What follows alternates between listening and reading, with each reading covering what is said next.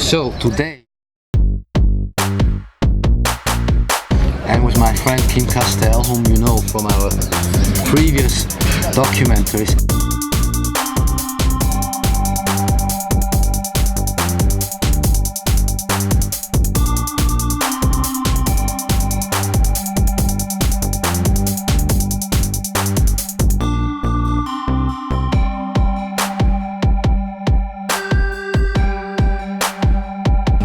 And Felix, you are a futurist, right? You were director of the Futurist Society at the Hudson.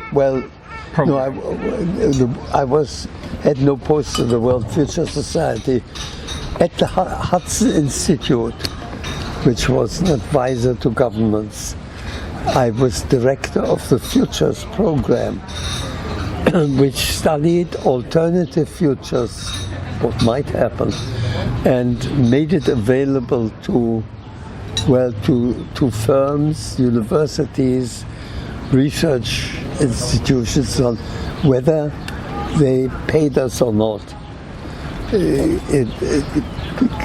Paying for our services was optional, which meant it wasn't very forthcoming. But I did this for 3 years, and then I decided that I was not a good enough fundraiser. We had strict rules. The Hudson Institute made its services available to anyone who wanted them. Didn't have to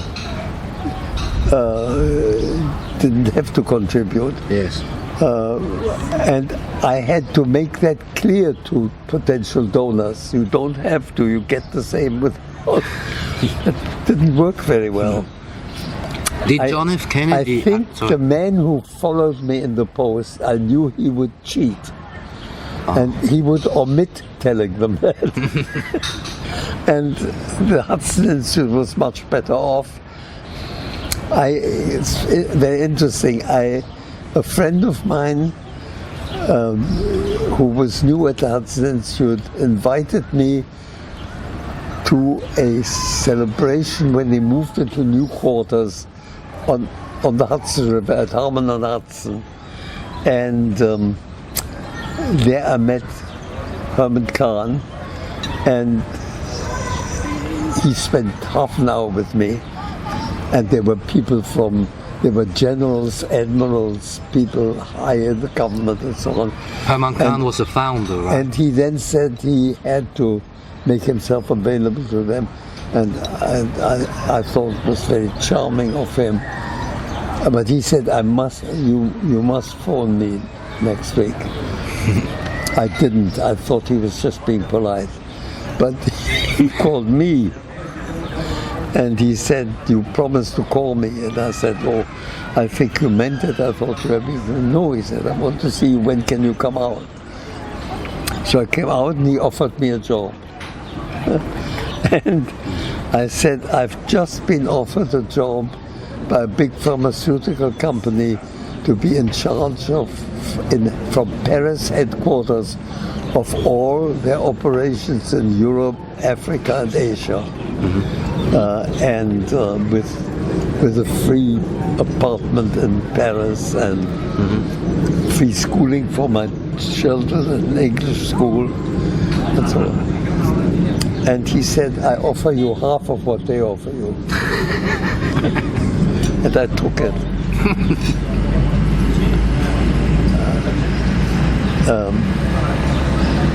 And I never regretted it. Except that I really knew without cheating we wouldn't get the money in, and cheating was not an option. Not my line. Yes. I think you were going to ask a question about Kennedy. Yes. Michael, I don't think he knows you're filming him. About Kennedy? Kennedy was being assisted or advised by the Hudson Institute, is that right? That was before your time. Just before yes. I came, the Hudson Institute had written a paper what to do if missiles were planted in Cuba. Yes, that's the story. And Kennedy followed that. Yes. All sorts of warning. Don't take it out on Berlin, because we'll be very angry. I need to mention that you were born in Berlin. Yes. And today is the 4th of July, 2018. Yes. Happy 4th of July, by the way. And I was obviously birthday, destined for the United States. Yes, and you went first via England, actually Scotland, right? You went to Scotland. I went to school in Scotland. Yes. In fact, that's the first place I went to when I came to the British Isles. And by chance, Prince Philip of Greece came there, and while there on vacation met the Princess Elizabeth, whom he later married. Take it first. I hated every school I was at, from first to last. Absolutely loathed it. Me too. In some, I told you. yeah, and many of the teachers knew less about the subject than I did. I tell you something else about Kennedy. Yes. On the 18th of January, 1950. No, I'm sorry. Yeah. 1963. He was elected in 1960. I happened to go to a meeting in Dallas of all the high up people in Dallas who happened to be all Democrats by chance. Although Dallas is a very Republican city. But there was the chairman of, what's the company called? An electronics company in Dallas. I can't think of it. Texas Instruments? Pardon? Texas Instruments? Yes, Texas Instruments, thank you. And the mayor of Dallas was a Democrat too, and so on. Anyway, the next morning I sort of went to the building from which Lee Harvey Oswald was supposed to have fired on Kennedy. And the door was open, I walked in, I got up to the floor from which he was fired, up to the window from which he was supposed to have fired. And it was absolutely clear to me immediately that there wasn't a chance in the world that anybody could have fired from that window and hit Kennedy once. It's very interesting. The road turned like this. Here is the building. And so he came up here, you could have shot him with a toy gun. I mean, it was easy. And he waited until he was up here.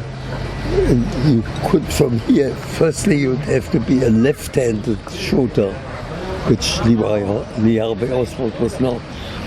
Secondly, you would have had to be out on a beam and somebody else would have to hold the other end so that he could lie on it and shoot that. If he was alone, as was alleged, he could not possibly have hit the car.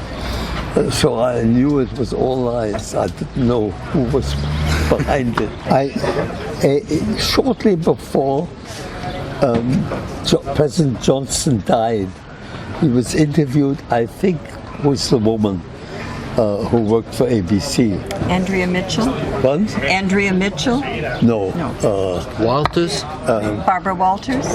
Barbara Walters. Barbara Walters interviewed him and asked him, do you believe the report by the chairman of the report was a former senator of California who then became chief judge? The Warren Commission. Warren. The Warren Commission. The Warren Commission. Do you believe the Warren Commission report? And to my surprise, Johnson said no. It was his official duty to accept it. But he was no longer president. He was going to die anyway, and You must. He said no. He had to know Yes. whether to believe it or not. If it was picked up, he knew about it.